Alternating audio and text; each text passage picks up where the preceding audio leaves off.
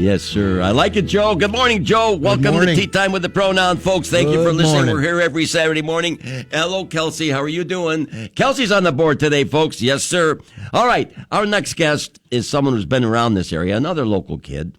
But his current position is executive director of the New York State Golf Association. We are so fortunate to have not only the New York State Golf Association right here in central New York as their home base, but the Syracuse District, the Central New York Senior Golf. I mean, there are more tournaments for seniors and regular and flat belly players than anywhere else in the country. This is a great area to be. And the executive director with, I think, almost 40,000 members in the state belonging to it. I think their offices are down there in Fayetteville, somewhere down there at the end of the 481. Mr. Bill Moore, good morning. Good morning. How are you? I'm fine. Bill, I know you're celebrating your centennial this year, 100 years. And how far back do you go where you picked up playing? Because, by the way, Joe Convertino here with me, by the way, Morning, co-hosting.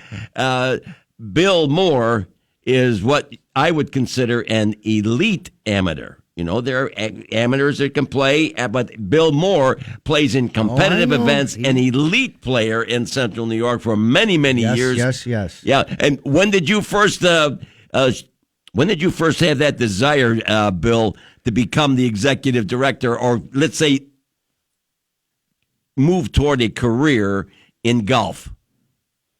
Yeah, well, I was very fortunate. I mean, I was at Bellevue Country Club going up, and as you know, Pat Keenan was the executive director before me. So the USGA had this great internship program that they rolled out for all of these state and regional golf associations called the PGA Boatwright Internship. And Pat Keenan picked me up as his intern for a couple of years right after college. Got a feel for the business. I knew I didn't want to be a golf professional. Either I would have loved to play, but I knew I wasn't that good, and I also didn't want to be a club professional and have 300 bosses. So this was a great way to stay in the game, and I really enjoyed how tournaments were conducted and put on and all the logistics behind it. So it made some sense for me to hop in to that side of the business, and here I still am. So 20 years on the job as executive director this year, and we're doing better than ever. No, that's awesome. Thank you for your services. You know, Perry needs them. We all need them for all the events that you guys do. Billy, tell the listeners a little bit about tonight, Onondaga Country Club. Dottie Pepper we had on last week. What's tonight mean to you and to your association?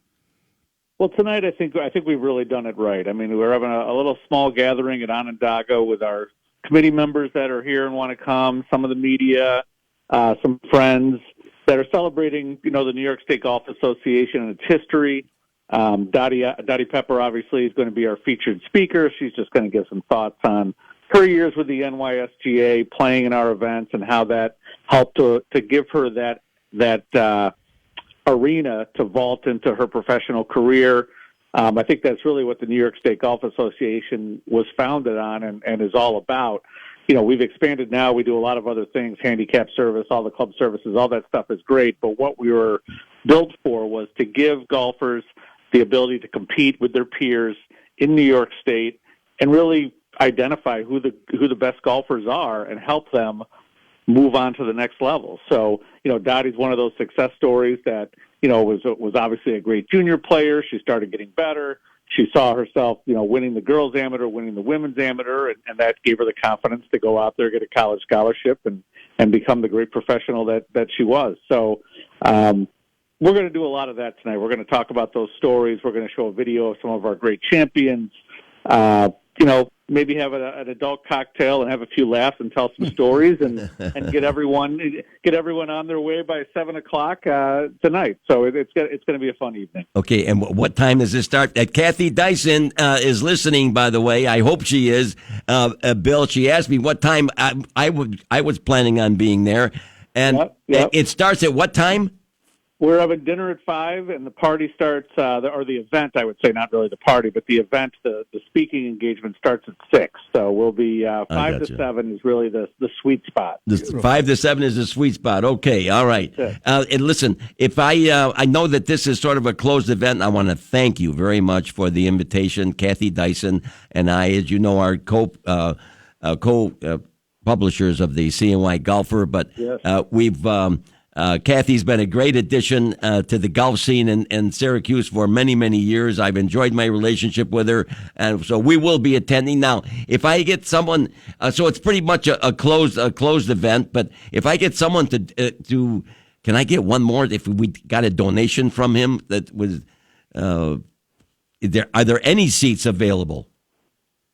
Not that I'm aware of right now, but if you text me later, we'll see if we could swap somebody in. You know, we have that fixed number over at Onondaga. They're planning on a certain number, but send me a note later. We'll see what we can do. Okay, I'll do that. Listen, right. So you've had. I want to thank you again for your service to New York State.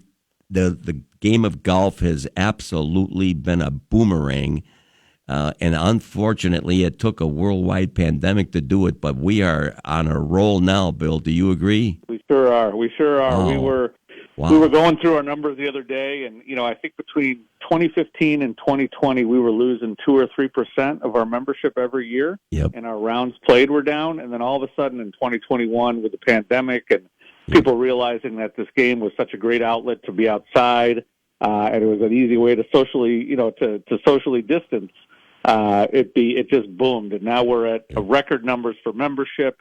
We had almost 1 million rounds of golf played here or posted, I should say, on the handicap system in upstate New York. So imagine how many more rounds were played than that. As we how many of those? Of course, everyone is out there posting all their scores, as we know. So. How many of those were Perry's? No. Out of the million. Perry was probably getting near triple digits. You never know. Easy.